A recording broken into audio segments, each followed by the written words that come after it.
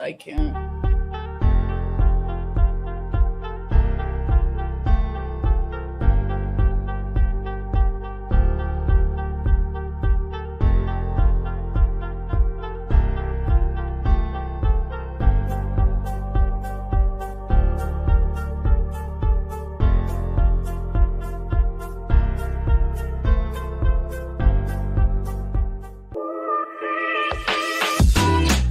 Welcome to Dental Unscripted,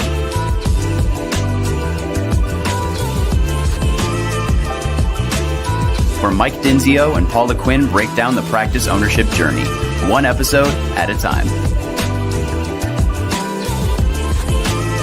Starting up, buying, and running a successful dental practice.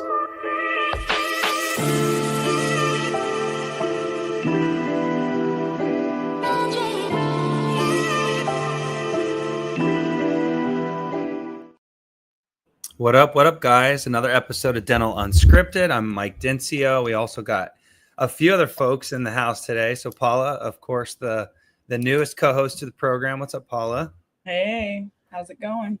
Yeah, so here we go. So today is all about, so before we introduce Stefani and what she does to the team, today is all about accounts receivables, front office, common pitfalls. We're going to get into all kinds of stuff, but little housekeeping, folks. If you're watching this on Startup Unscripted or Dental Acquisition Unscripted, please get over to Dental Unscripted. We've merged the two in, and it's one program. So just trying to get you guys to jump over so that we can not manage three programs but one. So please do that. But without further ado, let's get Paula. Paula, can you please introduce our special guest and one of our favorites at Next Level? Who else is on the program today? Well, when I don't know if she loves my intros, but I'll intro her now. Oh no, my intro with her is about the same as it is with mine. I always just say, Stefani's everything front office. She leads our credentialing team, our remote billing team. She's a front office coach with over 15 years experience, guru in all dental softwares, pretty much. I mean, the cloud's up and coming. So, she's getting used to those and learning those day by day. But overall, pretty much anything we need an expert regarding the front office, it's who we call in. So it's funny, anything you want to add to your experience? I know it's much more than that, but No, I think you got it all in one quick swipe. Yeah, so Stefani's super important. As Paula said, she touches pretty much every single one of our clients in a pretty big way. As Paula and I, when we started the company, we realized that we thought we knew front office, and we definitely did not know front office. So Stefani's filled that huge hole within the organization. So anybody that needs front office help or anything, Stefani's going to be the lady to handle that. But with today, well, wait, I could get some hate mail over this, but I do always let everybody know. I pretty much kidnapped her from her last position. She, I joke, but it's all serious. Wait, you did or not? I did. Well, not you take the fall, but I actually did it. All joking aside, it's no secret that I owned a dental practice and I'm a hygienist. So, I don't know a lot about the front. Still to this day, I play one on TV. And I was forced to do a lot up front. And, a couple times, I went through a couple front offices because I bought in COVID, tough time for a lot of people. Everyone can relate to that who owned during COVID. And I noticed I had a big glass window and I could sit there and stare at my front office person when I had time in between patients or whatever. And I would see them with the EOBs and I'd pop open the schedule and I'm like, that's weird because we got a hole this afternoon. Tomorrow's pretty much empty. Like, isn't there more important things to be doing? And so I looked to, outsource that. And I had like a gal I knew and then another. And so I went through a couple of those and then I switched to this company that Stefani worked at. went through a few in there. And, Stefani always jokes I was pretty mean to her at first, but I was pretty jaded by the activity that happened with my accounts receivable it was already a train wreck when I purchased. Anyone who's purchased an acquisition will also understand that. And when she came along, after she put up with me for a while, we developed a great relationship, I think.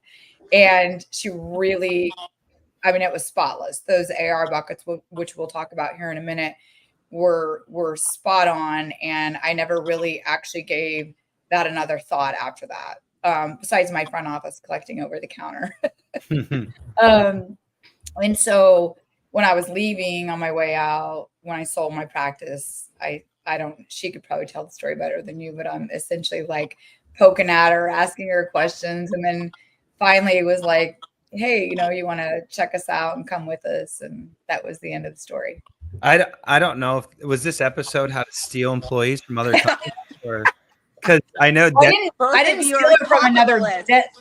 It wasn't from another dental practice for all you dentists watching. They're like, wait, this is their whole game plan is be coaches and steal their best employees. That's funny. No. Really the purpose of that story was just to say, not all billers are created equal. And we'll get into, why the front office probably shouldn't be doing it. There's more than one reason, unless, I don't know. There are some exceptions to everything. So, yeah, let's get into it. So, I think we're going to cover a lot of topics today. In my mind, like I'm thinking about a dentist that or a practice owner that maybe you're an associate. I've actually been talking to some associates lately that have been really disappointed because they get paid on collections. So any associate out there that is like, gosh, they don't collect anything up front, I don't get paid on that, right?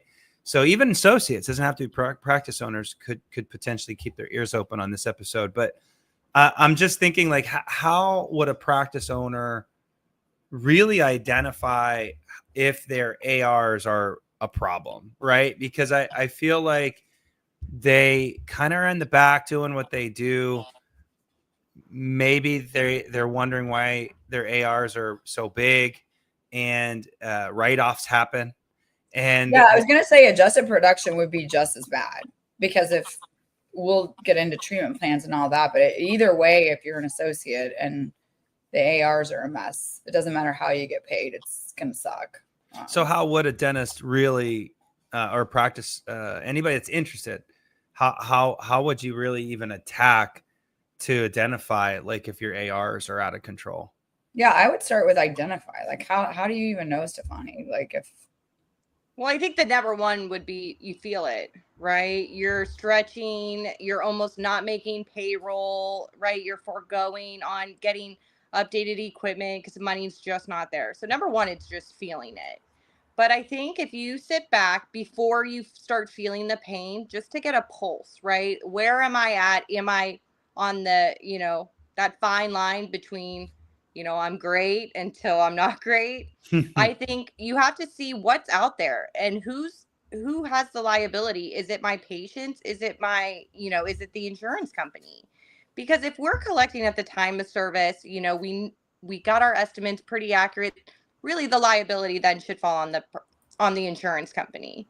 And so we really tell our offices it's around that 30-day mark, right? Insurance companies have to adhere to certain standards of processing claims within, 30 days. So anything after 30 days should start having some question marks, right? Why am I not getting paid? What's going on with this claim? So we, tell our providers, what's that number look like? How many claims are in these buckets? Because ideally, no more than 30% should be over 30 days aging. 30%, no more than 30%. That's an average office. Claims. 30% of outstanding claims should. So in the can you break it down even more? Is there the third, the over 30, the over 60, and the over 90? Because you're talking about claims, right? So yeah, well, I think sometimes when it goes to 90s, it goes to die, right? Like it really should be minimal. It really does. It's like don't break our claims. listeners' hearts. It goes to 90, it's dead. No, but I mean, at that point, we could be hitting timely filing, especially for these federal or Medicaid claims. I mean, it's at a point where then you're going to have to eat the bullet, and it's just you can't collect it.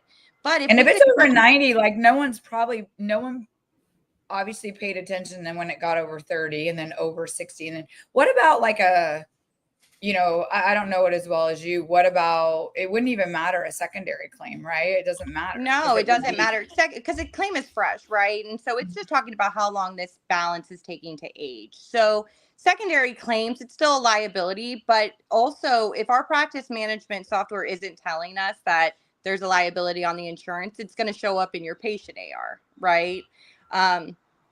But overall, pulling that report to see how much is in the insurance's hand and how much is it my patient's, right? Because with patients, it's more of my statement protocol, right? I'm not billing these patients after insurance pays. I didn't collect at the time of service. I mean, it's harder, I feel, to collect patient AR than it is insurance. Well, I was actually just going to go there because when we're looking at acquisitions, I had a conversation with an attorney just more recently. And I said, why don't we value the claims at a higher value than the patient portion? Because right now, for those that went through an acquisition or considering it, and that's not this episode, but we just kind of give the buckets the same value. And the truth is if it's claims under 90, hell, let's pay 98% of it, right? If it's patient under let's not get crazy. Follows like let's not get crazy. But like if it's patients, it becomes a different story because now you're the new owner and you got to have these weird conversations with your patients about statements that haven't gone out. So let's get to statements here later on, maybe some pitfalls, but just simply identify. I think you gave us some good percentages. It's 30% of your claims should less than 30% should be less than 30. Yeah. Okay. So you want your 0 to 30 to be the bulk of your claims, right? That are outstanding. So 70% or more should be in the 0 to 30. Now, what about both? Like, I think you always coach our clients on percentages per bucket. Forget claims, forget patient, just in general. What are those? If a doctor pulled up their AR and saw 30, 60, 90, or the aging, and they divide it by the total, what are those percentages? Yeah. So, I mean, anything 90 and over, we look for less than 7%, right? 7%. I mean, anything after that, like I said, it's going to die. It's really, really hard.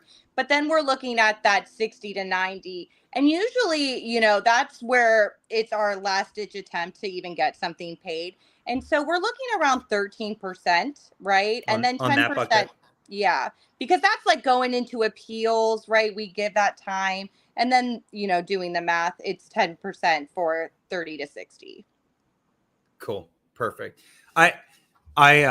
It was funny. I just did an analysis the other day, Paula, and the percentages per bucket was in line, but the total amounts were, in my mind, massive for the size of the practice. So, Paula, don't you have a general rule on how much your total AR should be of the practice? Like, if I just looked at total ARs, you're asking me? Why? Yeah. Funny. I think you always used to say 1 month's worth of. Well, that's in the 0 to 30. That's 0 to 30, 1 month. In the whole ARs, all ARs, 0 to 30 should be 1 month's production. Because if you produced 100 this month, you would have 100 between patient and insurance. It shouldn't be any more than that. I'm not saying that. So this practice did 500,000 in collections last year, and it had 250,000 in ARs. So that's half of a year sitting in ARs. Do you see what I'm saying? So if I'm at 500,000, I divided it by 12. You technically should only have about 50 grand sitting in AR total. That's it. and they had 250. So it's not just percent, but it's also the whole amount, the whole enchilada. Yeah. Let's get off how to identify. I mean, if it's just messy, it's messy. But if anything, I took away, don't just look at total ARs, look at claims and patient, and look at your percentages per bucket and go from there. And I think the key, one of the things we coach on is something just looking at daily, daily, weekly, monthly. When we get an office, Bonnie can tell you better than I, it's a hot mess.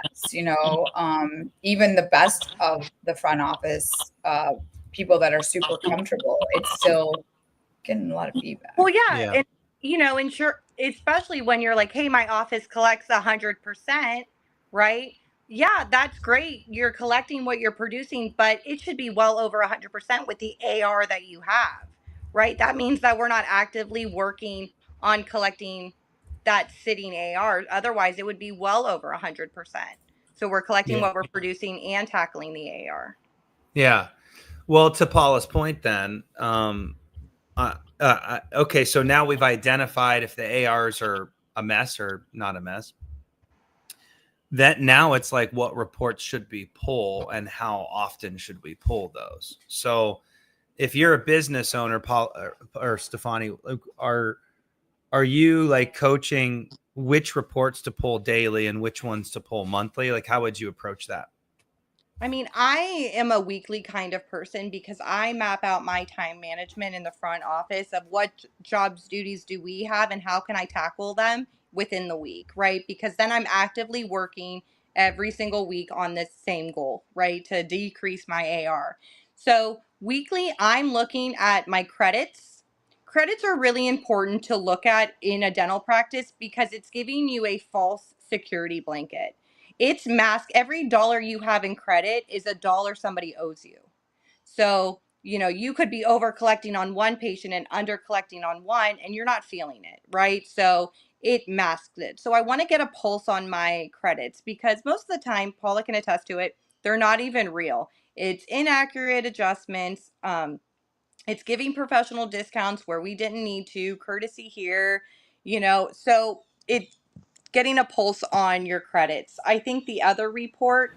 Can I say that just a little bit different? I like where you're heading with this. Can I just say offset or mask offset? So kind of the same thing, right? So if I just want to say it in dummy style, my style. So if I had $5 of ARs and I had $1 of credit, my ARs are going to show 4. Right. And so it's buried in there. And so really your ARs are bigger if you have credits because they're offsetting. Correct. That's what you mean by math. Okay. Gotcha. Right. So then, weekly, I'm looking at what claims now entered the, 30-day and over bucket, right? Because if everything worked out well, I should have gotten my claim processed and paid within 30 days, even earlier if you're enrolled in EFTs. Sometimes we give grace to offices because we're dealing with mail and, mail stinks. USPS is like snail mail. But at that 30-day, I should have some kind of pulse on what's going on. Why isn't it here? Is it processed? Great. Did it get paid? Is the check on the way? Right? Because otherwise, that portion's going to be small. Right? Mm-hmm. Most of the time, our claims do get paid on a regular basis without any problems. But there are problems, right? Insurance companies make it difficult to get paid. It's just what is happening. So if we're not strong on the claims going out, we've got to be strong on trying to get the claims back in, right? Mm-hmm. So getting a pulse the 30 days and over, documenting, touching it, and being intentional, right? Next, I'm going to look at when's the last time I'm billing patients. If we're moving on to the side of patient AR, when's the last time I billed these patients? I should be able to pull in my practice management software to see the last time statements were sent. Is my team on top of this? Do we have new balances, right? Do they need statements? So those are the reports I'm looking at weekly. On a monthly basis, I'm looking at the overall production, right? What did we produce versus what did we collect? What's our collection rate looking like? If we are just an office that has AR, my expectation is that it's over 100%. We're collecting what we're producing in addition to collecting past due AR. It's constantly being worked on. Wait, Now, Stefani. So I see a lot of reports because Paula and I do a lot of acquisitions, and then they land on your plate, and you got to fix them all up on the front end, right. on the collections they are, but on the front end, when I pull these reports, like I very rarely see 100% collections, and I'm wondering how much of that is poor collections, or is it the whole adjustment problem? So it's Does different. that make sense what I Yeah, mean? it is. It's different in different softwares. And I guess you have to take that with a grain of salt. You know, if you have indentrix, I'll give you the example. If we're not paying attention to what adjustments are decreasing production and if they're applied on collections, what it's doing, it's giving us a false sense of a transaction that occurred. Right? Instead of collecting $5, I wrote off $5. Still got me to zero, but in the reporting, it's showing that I collected it, right? Because it's affecting my collection numbers. So, you know, in Dentrix specifically, but in, you know, let's just even give you the open dental, right? If you don't have everything labeled correctly, right, we can't maneuver through these the difference between if it was on collections or not. Yeah, So because yeah, I see. I mean, Paula, when you see an office that, well, actually, when you owned and you pulled your adjustment reports, so I'm wondering what your adjustments were when you bought the practice, and then I'm wondering what they looked like by the time you sold it. Yeah. And everything that went into fixing that. I mean, that's like a 12 episode. Not really. I mean, I feel like it's one of the first things Stefani and I tackle in an office. Yeah. I'm gonna pretend like because we are partners. Pretend like I'm doing it too. But essentially, it is one of the things we look at whenever we see over a couple $1,000s of adjustments. We then quickly realize that the way they're documenting, you know, and what is up with my thing? I'm sorry, guys. It's weird. I have to figure that out. Is it me? yeah, I don't hear it. So you guys can't hear the feedback? No. Oh, perfect then. Okay, cool. I don't care then. I thought that's everyone's listening to this stuff that's coming back at me. You know, I stole this from Stefani and I like to be the one to claim it, but adjustments should be an exception and not the rule. And basically what we're saying is every adjustment should tell a story. Now you can have an in-house membership plan, but even we teach you how to adjust that appropriately. But really, and what I mean by that is like if you're doing bite wings too soon and you didn't let the patient know, you're going to have to adjust them off. The practice has to eat it. Well, we want to know that because that means there's an insurance verification problem. You know what I mean? So it tells a story of like, was it our mess up as a dental practice? Or, you know, do we have to tighten up our insurance verification process? Are we just not entering things appropriately? So when you start seeing those adjustments, you're able to like say, okay, we got to tighten up whatever system. And I But think it's it one gives of the you a things, false sense of real numbers, right? If yeah. you're depending on adjustments, you think you're scheduling to goal, and here you are, you know, 30 days later after the insurance, you know, pays, and here that day didn't even pan out how you thought it was. It's really difficult, I can imagine. So it's understanding the adjustments and then allocating them to the right bucket. We never want, you know, an office to overpay or underpay an associate. We don't, like Stefani said, we don't want them to feel like they're scheduling to go when they're not. So we want it to be real money. You know, I get doctors all the time, you know, you go to a seminar, you do something and yeah, I do, you know, $2 million. And then you get in their software and it's 1.2, you know, it's it's not real money. I mean, yay, 1.2 is still amazing, but no, it was not 2 million. So I think, you know, really the answer to your question is yes, it was a shit show when I bought it. It was cleaned up, you know, thanks to Stefani. And it is now one of the first things we look at when we, you know, see all these adjustments. We want to make sure that, you know, they're doing that appropriately. At the end of the day, with the statement protocol, with the adjustments, with all, it affects the patient. And then the patient's mad, even though they owe it, they're mad, and then they leave the practice. Stefani always says patients don't typically leave a practice because the dentist, the assistant, or the hygienist. Not typically. I mean, it can happen. It's usually the front office, and it's due to those errors, estimating inappropriately, sending a statement 3 months after it's all over, forgetting to put something on a treatment plan.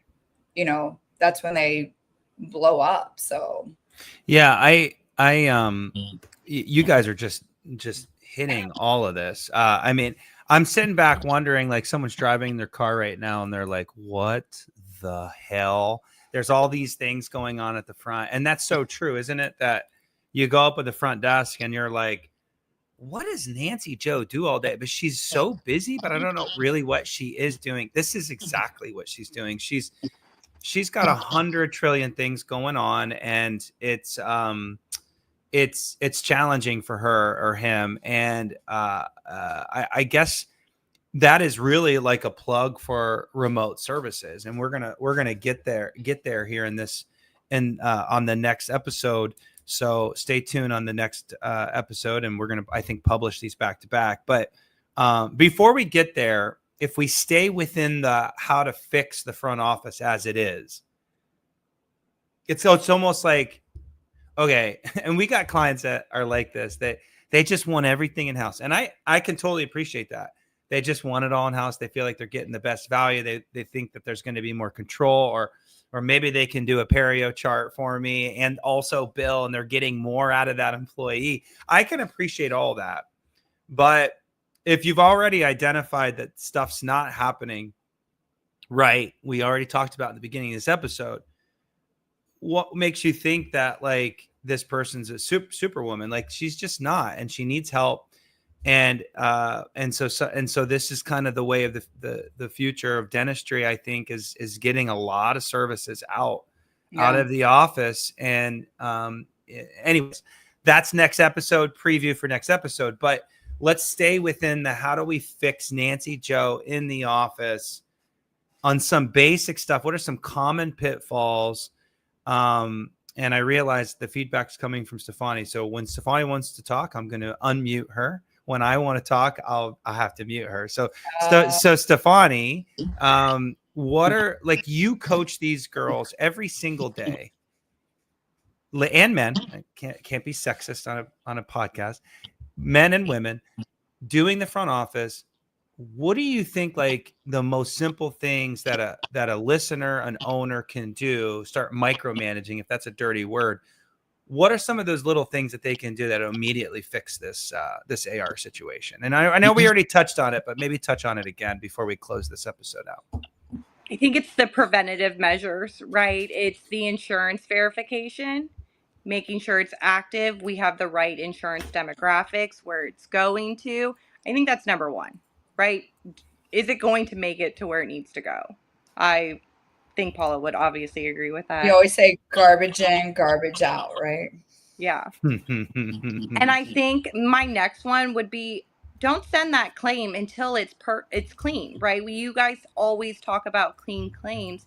What that means is if I don't have what I need, I'm not going to send it, because what's going to happen is I'm going to send it. The insurance company is going to ask for more or deny it. And now I've made more work for myself to appeal it, when I could have just waited until I had what I needed.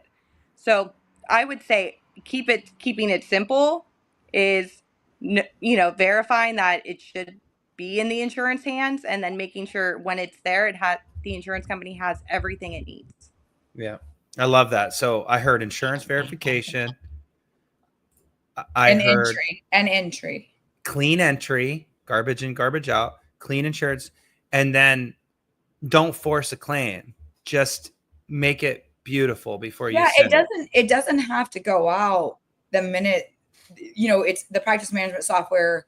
You complete the appointment, and front office people think you have to shoot that claim out like bam. It's like, wait a minute, let everybody make sure the fluoride got in, the buildup got in, make sure it's posted to the right provider. did they actually finish their clinical notes to where they're good? Don't send it out until it's okay if it goes the next day. What you're gonna get it processed one day sooner? Like, it's not a big deal. Exactly. I would make your protocol next day anyway. Everyone's tired at the end of the day. Everyone's in a hurry in the middle of the day.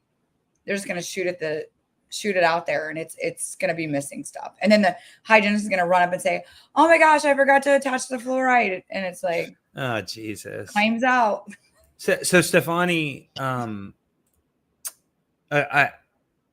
is that what front office people do? They feel the pressure of getting the claims out and rush it, and then they don't have a protocol to stock that claim. I know you have an infamous quote, but like, is that pretty common? I could see that being a thing where they feel like they're not doing their job by getting a claim out quick because they're afraid of the aging, but really that's their worst nightmare because it's going to get held up. I could see that being a thing. I think it's just easy to cross off something off your list, right? And so as the front office, we are so trained to be reactionary, right? In our day-to-day functions, when we can just take a step back, sit, let everybody review everything, and then I can get it done because I can make it into a flow of a system, right? So I don't feel that way. But it's interesting to hear, I remember like, oh, I want to get this in. I want to get paid sooner. The insurance company coming back saying, we're not even going to process this until Thursday. You got a deadline till Thursday, right? Like, and here I am busting it. But one of my most annoying thing is not billing a 230, that additional PA, because the claim has already gone out with the initial PA, the 220. And here the doc's like, actually, we took a second one. Now I have to bill an additional PA code on a claim all by itself. It's going to get denied. I just made a ton of work for myself when I could have just waited.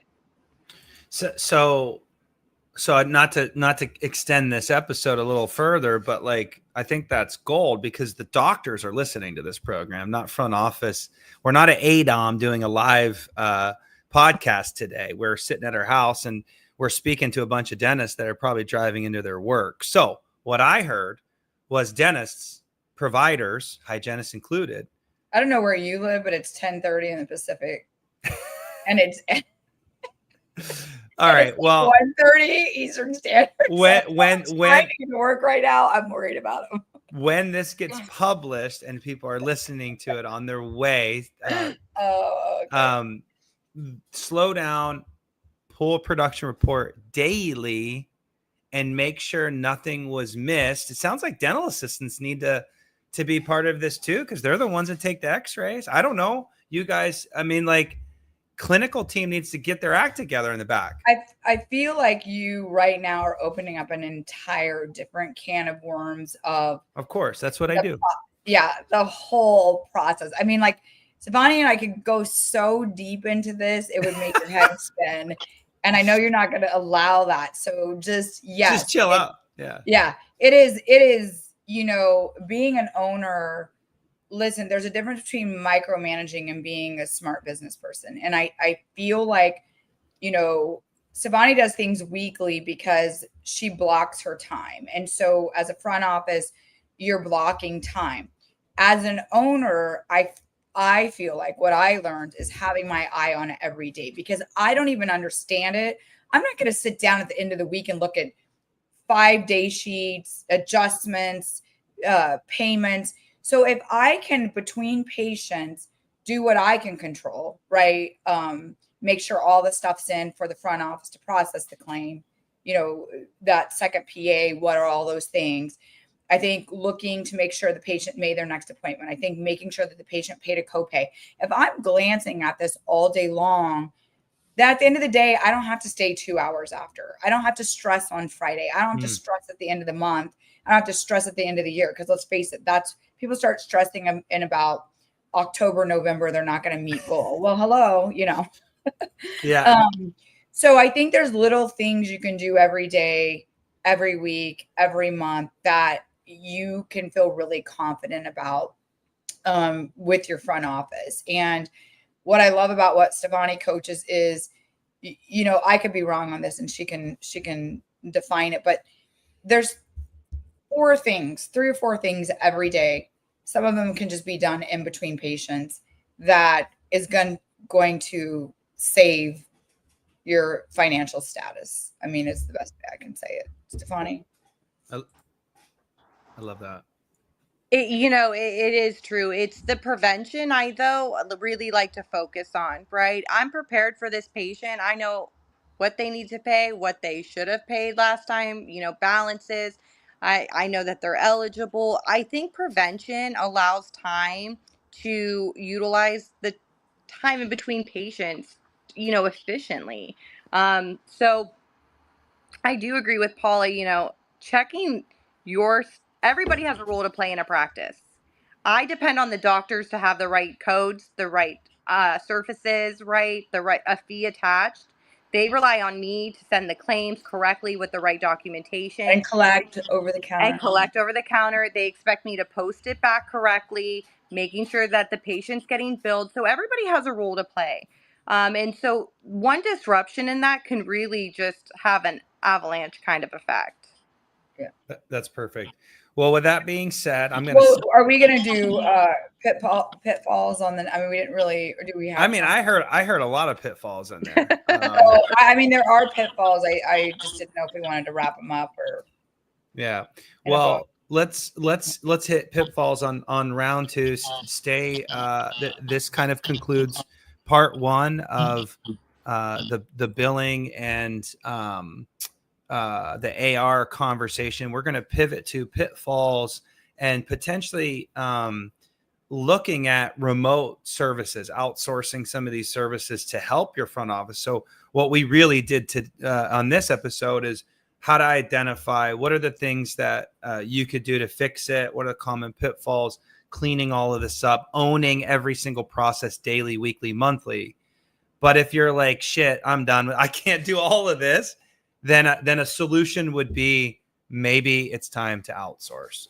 So let's wrap this up. Ladies, stay on the line. We're going to keep this live, but let's close this one down. So hang tight.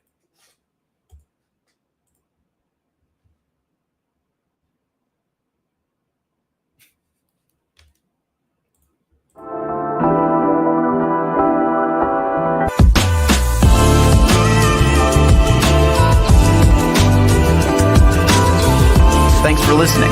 Let us know how you like the show. Rate us on Apple and Spotify. Subscribe and follow for more.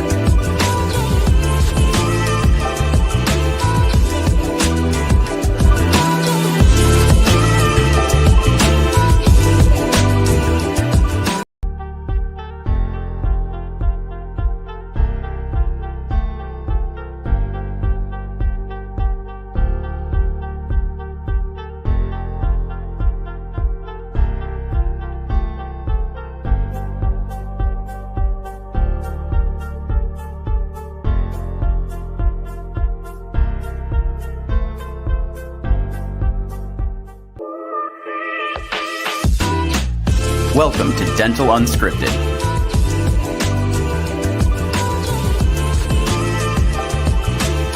Where Mike Dinzio and Paula Quinn break down the practice ownership journey, one episode at a time. Starting up, buying, and running a successful dental practice.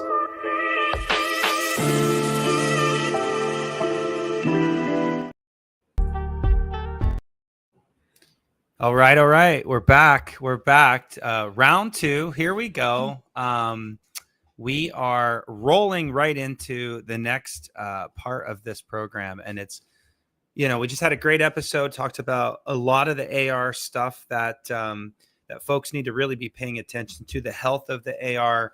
But again, as a reminder, if you're just jumping into this episode, go back, watch the last episode that we just published, because we are literally rolling into a part 2. My name is Mike Dinzio. I'm one of the co-founders of Next Level. The other founder is the wonderful Paula Quinn. Hey, what's up, Paula? She just waved for us YouTubers. Hey. So today's special. We're doing a 2-part series on AR and all the amazingness. Paula, do you want to give a quick intro to Stefani so that we can keep our juices flowing on this process? But just real quick, Stefani Sandoval, for the folks that are just tuning into this episode. Yeah, 15 plus years front office. She leads our front office coaching academy, credentialing, billing, all things front office. Couldn't run this place without her. So, I think you said it best the beginning of last episode. We thought we were amazing, didn't know what we were missing, and then once we brought Stefani in, it's like, how did we coach these front office? we did it for so many years without Stefani. That's why a little plug on Next Level. I'll just take that opportunity right now, and I think a lot of consultants out there are just running a solo show, and I did, and Paula did. And it works. Like, I'm not cutting on other consultants. Yeah, damn. I thought I was good. I thought I was good too. And then and then we combined. I'm like, well, shit, we're real good now. And then 2 years into that, we're like, okay, there's a huge hole and it's at the front. And so Paula sniped Stefani out from under somebody else. And if you want to hear that story, join us in the evening about 7 o'clock. No, you just gave all the goods of the last episode. So if you want to hear that story in detail, I didn't give the goods. I gave the highlights. Yeah. So Stefani, welcome to the show. It's great. It's really great to have you. And maybe say a little something about Next Level and how we really do work as a team and your role within the organization.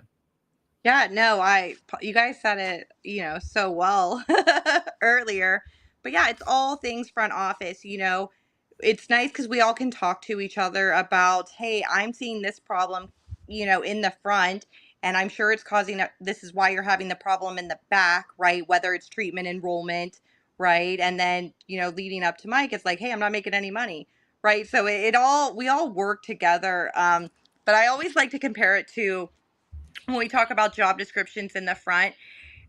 As a girl, we go to a hair salon. There's somebody who's great at color. There's somebody who's great at cuts, somebody who's great at facials.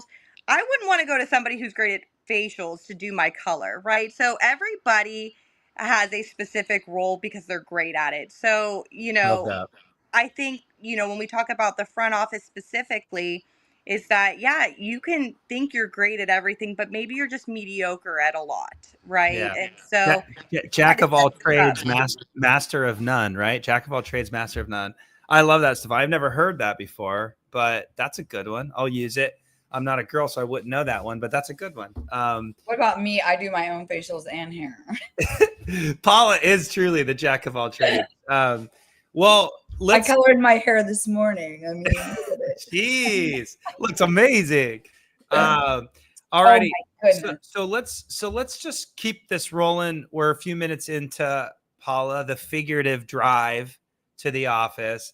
You guys are just you're heading on the road, and this episode is really about how to help the front office. And I think you wanted to talk about some pitfalls before we jumped over to outsourcing. So ending on that note, where was your head at there with pitfalls before you might consider remote services?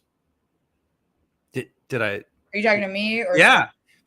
Last episode, you said you wanted to hit some pitfalls. Well, what I actually wanted to say is, which is different because I want Stefani to talk about the actual pitfalls. But for me, being a dental practice owner prior, I mean, for me, it's like, why wait till the pitfalls? I feel like I want you guys who didn't do the last episode yet, I talked about having that glass window and watching my front office. And one of the things that I want. I remember those stories, dude. You used to call me and be like, what is she doing? She's on YouTube watching TV. I'm like, look at the schedule tomorrow. And then I was on Medento texting everyone. I'm thinking I'm paying this person, and here I am, like, yeah. So, but what I really wanted to say was, like, there, to me, and Stefani, being a front office for all those years, can piggyback off this or talk different about me. But for me, I want patient experience. Mm-hmm. I want availability for treatment plan delivery, no matter how small, whether it's the hygienist getting ready to do a periotherapy, a gingivitis therapy, hell, a sealant. I want my front office available. I want my front office available to answer phones, really greet people when they walk through the door, smile. If they have to, stand up, walk around. I want it to be, listen, people aren't loyal today. Patients aren't as loyal as they used to be. We used to have 2 dentists in an entire town. Now we have 50. We also have the all loved zennials, Go ahead. Yeah. the all loved zennials that, listen, I'm raising a couple of them. The loyalty, 0. You piss them off, they're gone, man. They'll write a bad Google review, bash your whole place, burn the place down, and then walk out. Yeah. So Yeah. it's for and me, it has changed, right? Over the generations, stuff has just totally changed. Yeah. And it's how they purchase too. Like me, I'm in my 50s. I'm gonna go because it's convenient, even if I'm kind of like, I'm gonna just keep going. Now I'm a hygienist in the dental field, so obviously I'm gonna be more picky. But I'm saying the average person. Mm-hmm. So for me, I want my front office to be all accurate, amazing, friendly, available. Love it. This outsourcing, which we're going to get into a minute, should be done when it can be. So for me, why wait for the pitfalls? Get it out of there. Yeah. And let your front office have time to do the things that are going to matter to retain and keep patients. That's my take on it. Let's be honest. I'll let Stefani jump in with her points too. I know. But let's be honest. That's why you. We can't even hear her laugh. Well, she's gonna. I know. That's why you went outsourced, and then that's also why we Next Level took on outsourcing. Both, because we were tired of hearing and our even clients when we post, Michael, we see it every day. That's what I'm saying. That's why we brought it in. I learned the lesson for everybody else. So don't be my 23-year-old and have to wait till it hurts. Like, let me tell you, I'm wise and old. What's your pitch on outsourced billing, Stefani? Why are we going to talk about that? We're going to have the pitfalls first, right? I just went into why wait on the pitfalls. What are the pitfalls? I think that coming from a front office, right? And I say this, not everybody gets bonuses, not everybody gets incentives, but there's certain numbers that reflect how I do at a front office, right? How I am at my job. One of those is being production. I want to be working and building out my provider schedule. Right. And I can't do that if I have to go and argue with an insurance company because something's wrong with a claim and I didn't get paid for it. Right. I can't go and get my hygiene audited or get recare overdue, on my books because I'm dealing with all of the nuances that I already have on top of, a day-to-day interaction in a dental practice. So, Paul is talking about she wants to have somebody readily available, and coming from me, it's like, I want to be available, but I also have other things I need to make sure is that those schedules are confirmed for tomorrow, right? That we don't have no shows. So she wants something from me, right? And I want to do something for the better of the practice, but I can't because I'm weighted down by AR. Like I'm handling phone calls. Patients are upset about balances, yet I have to handle this irate patient when I have a brand new patient walking in. Like, that's the worst look, right? So I'm going to come back to you then, Stefani. So what I heard, again, I never worked in a dental office my entire life. And so what I hear both of you saying is like everybody has their own perception. The hygienist has a perception of the front, the doctor has a perception, and of course the front office has their perception. So there's like all these perceptions, as in like a perception of what your job is and what's most important. The front office person thinks this is most important. The hygienist thinks this is most important. The doctor thinks this is most important. And the poor front office person is just doing the best she freaking can. And she doesn't know what really is the priority. I remember, so Paula, you would call me, and I loved Paula's setup because her office was literally right behind the front office. So there's Paula like watching like an eagle and everything, and I was like, that poor girl in front. Like Paula's literally eagle eyeing her all day and listening to her calls. But that's funny. But then I'd hit my speaker and say, hey, what are you doing? yes, exactly. So Stefani, like as you're coaching these gals and guys at the front, like how do you help them figure out what is the most important, the most priority thing? Achilles. Like, I think first what we do with the next level is first we figure out what is everybody responsible for. And then we sit back and say, is this realistic that this one person does all of these things? And then Paula will then set it up to say, is there any of these things that can be done by somebody else? Whether it's a team member or can we outsource it? And that's where I think we're going to head into this, segue here is, is it cost effective to, outsource or to keep it in-house? But, it starts the conversation because I can say, yes, I can do it. But realistically, I'm not going to meet that expectation of what you want to get out of it. Right. And so we have to sit back and really think, is it too much? I do feel bad for the front office team members that we coach because they're so loyal and dedicated and they don't want to disappoint. And they are smart enough to most of the time to handle it, to know bits and pieces of it all. To handle it is a whole different thing. And it's hard for them to admit they're one person or sometimes two, depending on the size of the practice. And it's just not conducive. It's just not the right choice. And we try to walk in with kid gloves because we don't want to insult them. They're every intention they have is amazing. They're there for the practice. They're there for the patients. They're there to make the everything work efficiently. But there is a point, we are pretty lucky in the back, even though if you talk to a hygienist, that's a whole nother segment. They're going to say, I'm always in my cubicle. I never get I don't have enough time.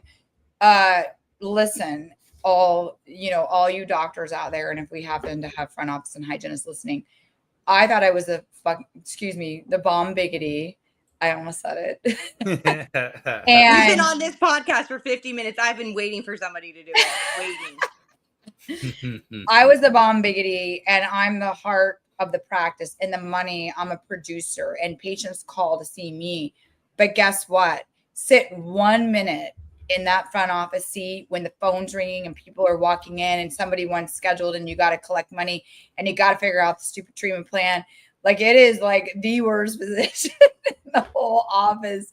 There is a lot happening up there. So, it's okay. It's okay to outsource things if the doctor is willing. It's okay to, I can do this, but if you want me 100% capacity here, and here, it's going to better serve the patient's doctor and practice if we outsource this stuff. And that's a hard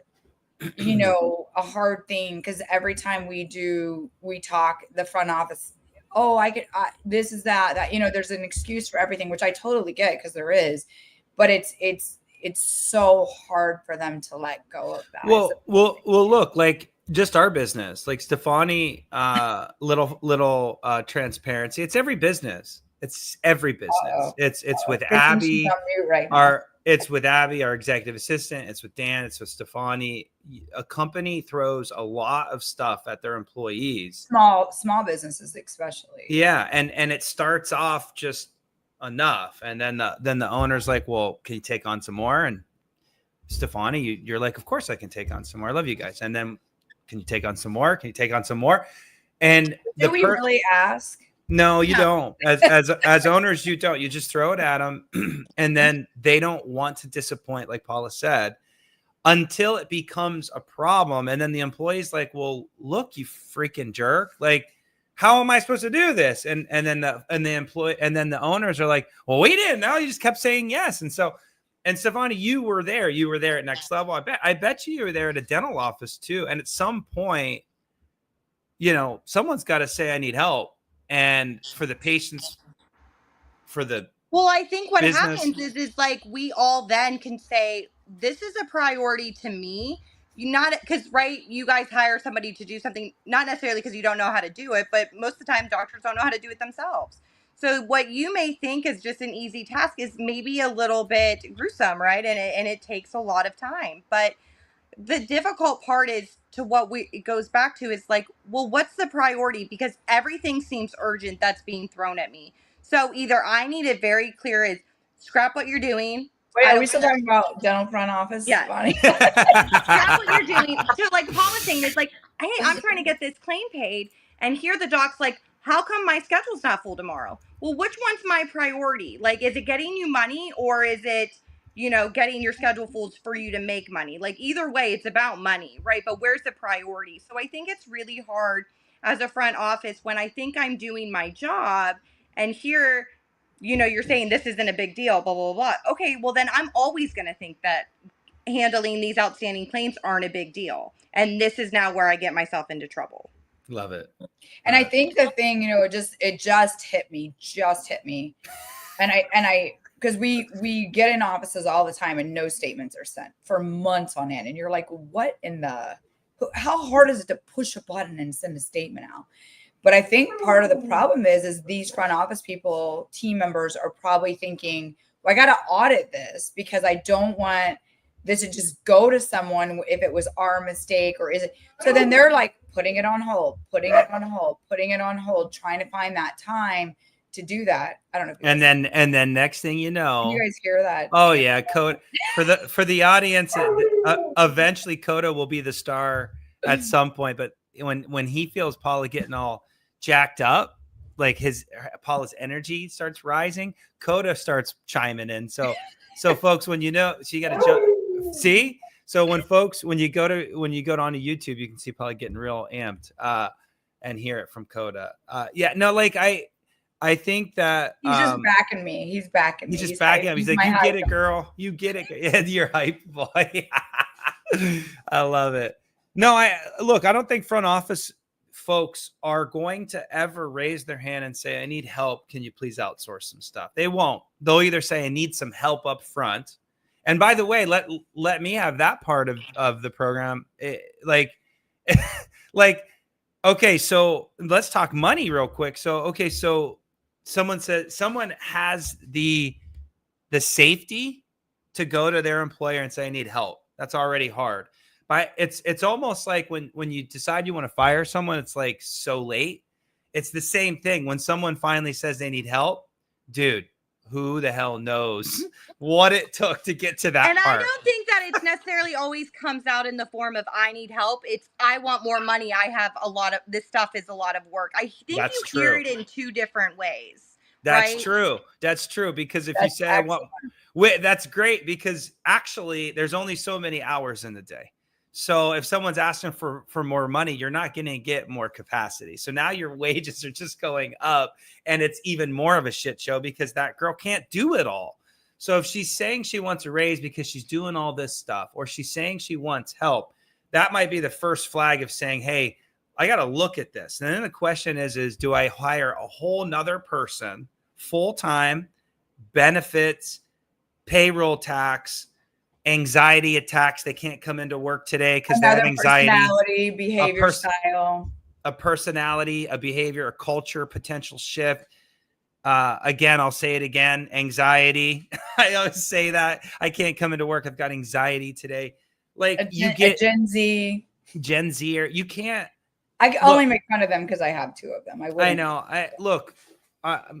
We all do. We all have anxiety. But the point is like, do you want that, or do you potentially look at outside services? And we actually have a webinar coming up here pretty soon about AI and outside services and all that stuff. But like, this is a real thing that I think a lot of doctors are thinking. Consider, what if you could pay an employee as a 1099, no payroll tax, as a 1099, and only pay them on their performance. So if their performance suck, you don't have to pay them. If they perform, you pay them. And it's just performance. Like, man, that's sweet. And they have to show up or they're going to get fired. They can't have anxiety. You know, they don't get paid unless they do their job. That's the perfect quote unquote employee. And that is outside services. So what are some of those outside services? And let's list them real quick. And then let's pivot to billing, because I think that's what we really want to talk about. So Paula, what are the outside services you would consider? All outside services? Well, I think there's only so many you can do up front. You know, there's people who outsource recare and reactivation, unscheduled treatment. There's outsourcing insurance verification and entry. There's you're going so fast. I can't even write this down. So wait, you hit some good ones. Well, because I don't. I mean, we're not. That's something I recommend, but don't do. So, your reactivation and recare. So getting patients engaged back in the practice, unscheduled treatment in general, which usually does not go hand in hand. There's not a lot out there that does unscheduled treatment. There's people who, when the phones roll over, answer after hours. So we've got anywhere from AI to live people who can do something like that. Insurance verification and entry, and then outsourced billing, I think, are probably the main ones. Personally, I feel, it depends on what stage you are in your dental journey of probably what's most important. But I do think outsourcing billing is probably a number one priority. I think it's someone who it's all they do, so they're an expert. I think that they're not distracted when they're in your office. They're in your office, and I mean remotely. They're paying attention to the detail. What's going out? What's coming back in? I just don't think a front office can physically and mentally give it the time and attention that someone who's dedicated to your office, that's not distracted by all the other whirlwinds, can do. Just physically cannot do. Why do you think billing's the easiest to probably incorporate? I mean, I didn't say the easiest. I told you, but it is probably the first one that people think of first. But I told you the last episode, I had some really bad billers, so it can be as detrimental. So you've got to know what's happening. However, why is it the easiest? You don't have to know the patient intimately. Outsourcing reactivation and unscheduled treatment, it's if the hygienist or someone in the practice can, patient AR, all of that, you really need someone to know your patients intimately, or it can be hit or miss. Billing, we're not talking to patients. We're looking at numbers. We're looking at attachments. We're looking at all of that documentation. And that's, that would be the easiest to so they're not touching your patients and damaging anything. Yeah. Well said. Yeah. Well said. I also think it has probably the highest impact, right? Like cost per impact. So we're paid on a percentage of, so it's a win-win situation. There's no win-lose. It's all 100% a percent of, where when you outsource phone calls, there's usually a startup fee and a flat fee and a per, and then there's all these things that it's like, where ours is a direct reflection on our Stefani, our performance. Yeah. No, Stefani, I was actually going to kick this over to you. Unmute yourself, Stefani. No, well, we're going to Stefani next. Like, how does it even work? Like for anybody, that is considering something like this, like what does that first step look like? Because I would have to imagine, because I get that sales call every once in a while. I was like, well, how would I even do this? Like you're going to do my billing? Like, it's kind of like a concept that's just really hard to incorporate in their mind. So walk us through kind of what a third party biller kind of does with you to get you onboarded. Does that make sense? Yeah. So, our goal is to pretend like we're in the practice, right? Like we're not a body, right? But we want to work for your money as hard as you would want any team member. You know, I'm going to say luckily, we get to do just one thing, and it's just billing. We don't have to be worried about the disruptions that come with a, hey, Cindy's busy, can you help her, right? We're strictly billing. So what we do is we get access to your computer, just like we were sitting right in front of it. We have portal logins. We make sure that, everybody's on the same page with who's doing what, right? And our first thing is like, yeah, we're going to deal with the day-to-day, insurance payments coming in. We'll handle the appeals as they come in. But on the side, we're also now diving into your old stuff, right? We're working at those oldest claims, and we have a game plan to tackle it, right? And to be as efficient as possible, touching it one time, right? Our billers are resolution driven. They don't want to have to keep working harder and working on these insurance claims. They want to get them cleaned up, right? And so they can be intentional when they touch it. So we make sure that transparency is very clear between the biller and the office. So you know what we're working on, the status of whatever claim it is. If there's a discrepancy in the posting, we let you know. I think, on the other hand, reporting back. So some of these docs don't look at their reportings. They're just like, meh, whatever. We talked about that in the last episode. Yeah, we let you know your patient AR hasn't moved at all in a month. That's something that should be alarming, right? We're seeing trends. I have an office in Arizona. There's 6 claims that don't have perio charting that we've been asking for, right? Because we're not sending it unless we have it. But we can start taking that as a teaching moment for these offices to better, right? Better systems. So I think overall, if I had to bundle it in, how do we start? We act like we're there, right? It's just implementing a few systems on our end to make sure that we can communicate outside of your dental practice. One thing I'd add to that, and Stefani, tell me if I'm wrong, they don't really need to know. We onboard and communicate with the practice in the beginning to make them feel good, but Stefani and her billers, they don't really need an intro to anything. They can numbers tell a story, and they can jump right in there and they know exactly what's going on. They don't need high direction. It's very I don't need a backlog of what you thought you were doing, or this one needs an appeal. It's because what we see is that time that says, oh, they needed this. But why then? Because us saying, well, why didn't you send it, doesn't really help. We're going to make sure that you asked all the right questions. We know exactly what needs to happen to get this done. But we want to work with the team. Like, it's not just you outsource it, you don't have to think about it, because we are in everyday communications with the front office team of, hey, this insurance termed, right? We need to get this claim resubmitted. What's going on? You have the wrong date of birth, right? And if what it takes on the other end, I believe, is getting that information from your biller and doing something with it. I think that's really where you can get exceptional service, right? Because we're going to do what we do to everybody. Where it makes it exceptional is what your offices choose to use that information and do, make those actions. Agreed.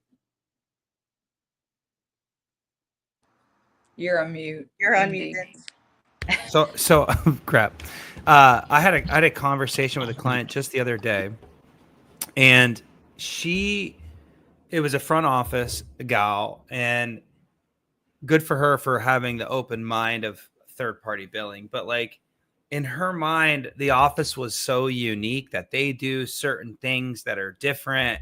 And she just couldn't get her head around, well, how would someone remote in and know this stuff? Right. And so like, I think that we need to kind of talk about, like, any remote bill service should have the ability. I mean that the job isn't as complex, I think, as the front office people have it in their head. Like, it's so personal to my office. We're talking about insurance claims. Now, patient portion, that might be a little different conversation. Again, someone that's never worked in an office, walk me through that. Like, is it really a personal thing, or is it really more of this is a job we got to do?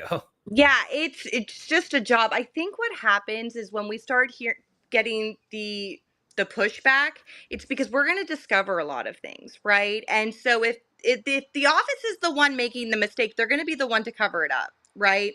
So when you have just a non-biased party going in there, doing the billing, saying, hey, patient portion is this, why didn't we write it off? Because it shouldn't be written off. Like it is the patient's responsibility. But you maybe didn't quote them accurately. So now we run into this issue of, I'm just going to cover this up, right? So you have the same person making the mistake, seeing the mistake, and having the ability to cover it up. So go ahead, Paul. I know that you're about to jump in on that. Well, okay, what I was going to say, and this is it, just in a little bit of defense, is I'm sure there are people who intentionally cover it up, but I also think they think, oh, well, we didn't quote them for this fluoride, so it's our office responsibility to write it off. So part of it is, yes, self-preservation, but I do think some of it's just they actually don't know. This but is it goes to documenting it correctly. Like if you want to adjust it off, we're not going to hide it in the insurance write-off. So you guys are going to accurately be able to see these issues because it's not the rule, right? And technically, they should go to the doc and say, we did not, with all transparency, I did not tell this patient about the buildup. The buildup happened. How would you like me to handle this? Right. Most docs are probably going to say, well, can you have a conversation and save it? But the office is thinking, oh, we didn't quote them. Let's just write it off. And office owners never know that. And so, yes, I do think, I don't even know if it's 50-50, probably 70-30. There is a small percentage that probably write it off because they're like, well, shit, I'm getting my butt chewed and I messed up. But I think a lot of them think, well, what am I supposed to do? We didn't quote it.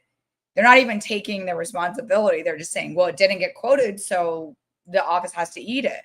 We're small business owners. That's a lot of money, buildups add up over time. Fluoride adds up over time.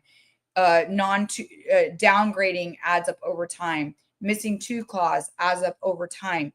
It's a lot of money that dentists don't even know that just gets written off. If anything, it brings a conversation to what Paul is saying, right? Is that we are by the books when it comes to posting and billing. So if you want to do anything outside of that, right? If a non-covered service, you can charge your UCR, right? And so there's, depending on the state and the contracts, but like we're going to make that match it. So if you don't want it, that's fine. You can get rid of it. But it has the conversation of, well, maybe I would want to do this, right? Working smarter and not harder for your own money, but you wouldn't know otherwise, right? Because empathy is a great thing that front office have. It's what makes them so special and so unique. But when you put that, when it comes to playing with, dealing with your money, it's really hard to have them have the business mind first, and I think you need that for a strong biller. You need to have that business mind first. And I think it's impossible, to have that and being in the front every day. Yeah, it's tough. It's just another reason why ownership is challenging. And I think like if there's anything that you take away from any of these podcasts, any Facebook threads, wherever you're getting your information, it's really like there's so many things to manage and look through and stay on top of. And ARs in front is just so important. Paula always said, I'll end it on this. It's like the hygiene is the engine of a practice, and it is. Is it the heart? But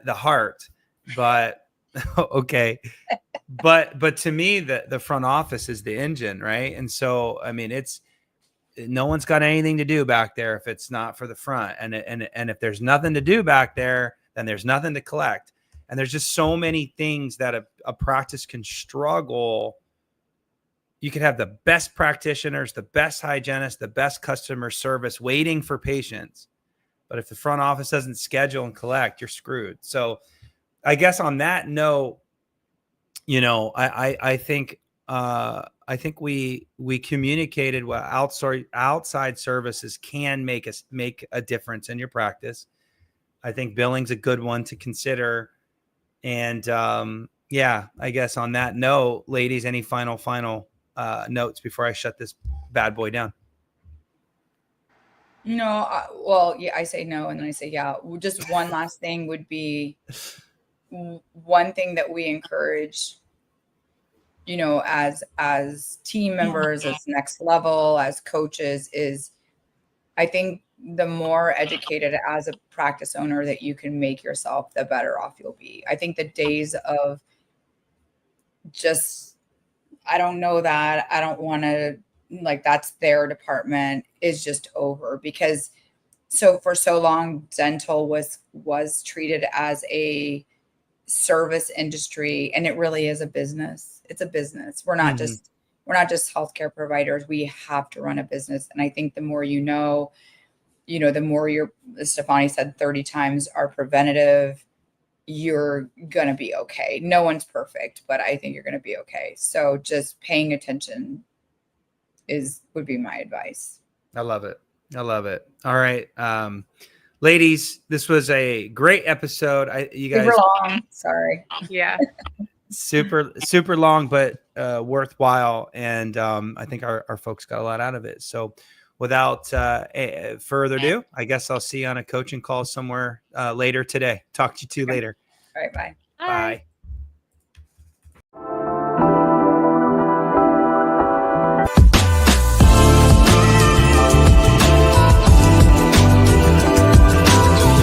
Thanks for listening. Let us know how you like the show. Rate us on Apple and Spotify. Subscribe and follow for more.